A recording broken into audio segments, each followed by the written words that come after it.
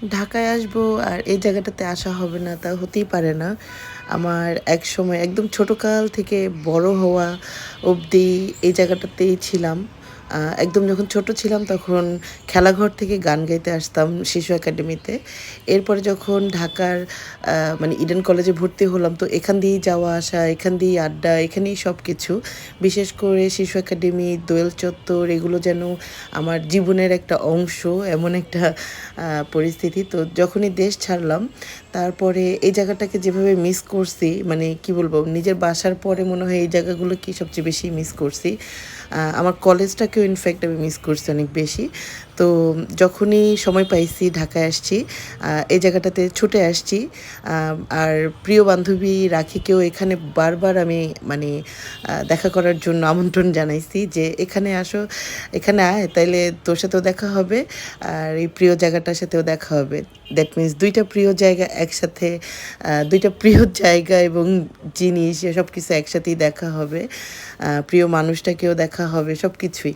তো খুব ভালো লাগার একটা সময়। প্রতি বছর মানে প্রতি বছর যখন আসি, আমার বেসিক্যালি ২ বছর পর, পর আসা হয়ে উঠছে এখন পর্যন্ত এই অবধি।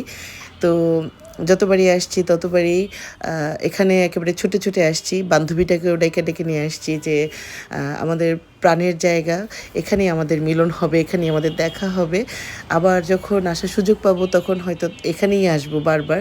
তো যেহেতু খুব কম সময়ের জন্য আসি, তো একসাথে ২ টা কাজ শেষ করার চেষ্টা করি। বান্ধবীর সাথেও দেখা করি এবং প্রিয় বান্ধবীর হাত ধরে প্রিয় জায়গাতে হাঁটাহাঁটি করার চেষ্টা করি। সবকিছু দেখার চেষ্টা করি। তো এবার যখন আসছি তখন অনেক ভয়ে, ভয়ে ছিলাম। গত জুলাইয়ের মানে পুরা ভাঙচুর বাংলাদেশের মধ্যে এই জায়গাটা ঠিক থাকবে কিনা সেটাও চিন্তা করতেছিলাম। তো যাই হোক, একটু মানে আগের মতনই আছে, একটু স্বস্তি পাইছি। তো আমিও যাই যে জিজ্ঞেস করতেছিলাম যখন খুব গঞ্জাম লাগছিল, খুবই ভাঙচুর হইতেছিল তখন আপনারা কি করছিলেন? দোকান বন্ধ রাখছিলেন? তো অনেকে বলছে যে, "হ্যাঁ, আমরা সবাই দোকান বন্ধ রাখছি।" কিছু করার নাই, সব ভাঙচুর হইতেছিল।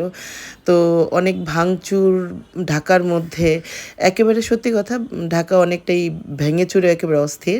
তো তার মধ্যে এই জায়গাটাকে এখনও এত সুন্দর রঙিন, এত সুন্দর আলোকিত, গুছানো এবং আগের মতনই আছে। এটাই হচ্ছে গিয়ে সবচেয়ে স্বস্তির জায়গা। তো এখানে ঘুরতে, ঘুরতে অ্যাকচুয়ালি ঢাকা ইউনিভার্সিটির ভিতরে গেছিলাম টিএসসিতে ওদিকে। তো ওদিকে যেয়ে আর ভিডিও করতে পারি নাই। কারণ মানে এখান থেকে হেঁটে যেয়ে ওখানে যেয়ে আর ভিডিও করা হয়নি। তারপর আড্ডায় জমে গেছি। প্রচণ্ড আড্ডা হইছে বান্ধবীর সাথে। বান্ধবীরও কোনো ভিডিও নেওয়া হয় নাই। তো আমার সাথে, সাথে যারা অনেকদিন দোয়েল চত্বর দেখেন নাই, মানে আমার মতো যারা বিদেশে থাকেন বা বাইরে বাইরে থাকেন, তারা আমার ভিডিও থেকে দেখতে পারতেছেন যে দোয়েল চত্বরের বিভিন্ন জিনিস যেগুলো কিনা আমরা সবসময় খুব শখ করে সংগ্রহে রাখার চেষ্টা করি বা আমরা সাথে করে বিদেশে নিয়েও যাই অনেকে। আর বাংলাদেশে যারা আছে তারা তো অনেক লাকি যে এগুলো দিয়ে ঘর সাজাতে পারে। তো যাই হোক, কেমন লাগলো ভিডিওটা অবশ্যই জানাবেন। এই যে আমাদের টিএসসিতে চলে আসছি। তো যাই হোক, থ্যাংকস ফর ওয়াচিং, জানাবেন। আবার যদি টিএসসিতে যাওয়ার সুযোগ পাই অবশ্যই টিএসসির একটা ভিডিও করব বা ইউনিভার্সিটির ভিতরে আবার সুযোগ পাই তাহলে যাওয়ার চেষ্টা করব। তো আল্লাহ হাফেজ, দেখা হবে অন্য কোনো ব্লগে। সাথে থাকবেন এবং কমেন্টস করবেন। ততদিন ভালো থাকবেন। আল্লাহ হাফেজ।